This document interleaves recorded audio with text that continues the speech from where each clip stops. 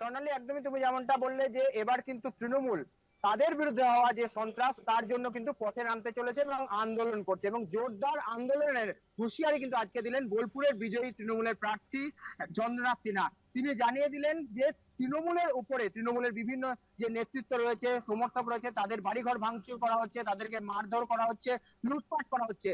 বীরভূম জুড়ে বিভিন্ন জায়গাতে কিন্তু এই ঘটনা আমরা দেখতে পেয়েছি। গতকালকে আমরা দেখেছিলাম বিভিন্ন যে পার্টি অফিস গুলি রয়েছে সেগুলি দখল করা হচ্ছে, এবং তার সঙ্গে সঙ্গে বিজেপির মিছিল থেকে পাথর ছোড়া হয়েছে, পাথর যে শিল্পাঞ্চলের অফিসগুলি রয়েছে সেখানে, এবং ব্যাপক অশান্তি করা হচ্ছে। সেই কারণেই কিন্তু এবার কার্যত পথে নামার হুঁশিয়ারি, এবং তার সঙ্গে সঙ্গে বিজেপির বিরুদ্ধে হুঁশিয়ারি দিয়ে পথে নেমে আন্দোলন করার একদম কথা জানালেন এই চন্দ্রনাথ সিনহা। এবং তিনি যেটা অভিযোগ করছেন যে বিজেপির তরফে বারবার বলা হয়েছিল পশ্চিমবঙ্গে সুশাসন আনবেন তারা, এবং এতদিন পর্যন্ত আইনের শাসন ছিল না, কিন্তু সেই জায়গায় দেখা যাচ্ছে যে যেদিন থেকে ভোটের রেজাল্ট বেরিয়েছে তারপর থেকে কিন্তু অকথ্য অত্যাচার করা হচ্ছে তৃণমূল কর্মী সমর্থক এবং তৃণমূলের হেভিওয়েট নেতৃত্ব যারা ছিলেন তাদের উপরেও। অধিকাংশ জায়গাতে দেখা যাচ্ছে যে তৃণমূলের যারা নেতা কর্মীরা রয়েছেন পরিবার সহ কিন্তু অন্যত্র চলে গিয়েছেন, লুকিয়ে আশ্রয় নিয়েছেন অন্য জায়গাতে।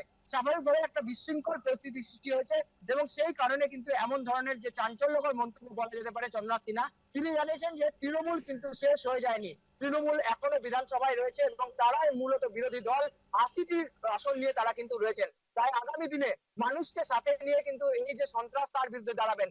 মানুষ যখন বিজেপিকে এনেছে তারাই আবার কিন্তু বিজেপিকে সরিয়ে দেবে, এই কথাও মনে করিয়ে দেওয়া হয়েছে বিজেপির নেতৃত্বকে। এবং স্বাভাবিকভাবে এই ঘটনায় কিন্তু আরো রাজনৈতিক উত্তাপ বীরভূম জুড়ে বাড়ছে, সেটা বলার কথা রাখে না সোনালী। এবং অন্যদিকে পুলিশ প্রশাসন কিন্তু ইতিমধ্যে কঠোর ভূমিকা নেওয়া শুরু করেছে।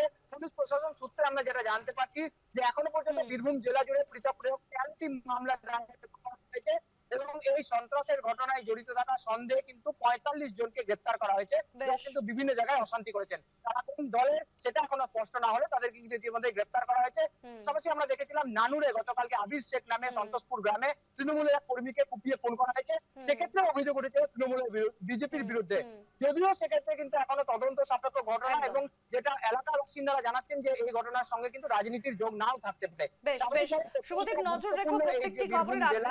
আপডেটের দিকে। আপাতত তোমায় ধন্যবাদ।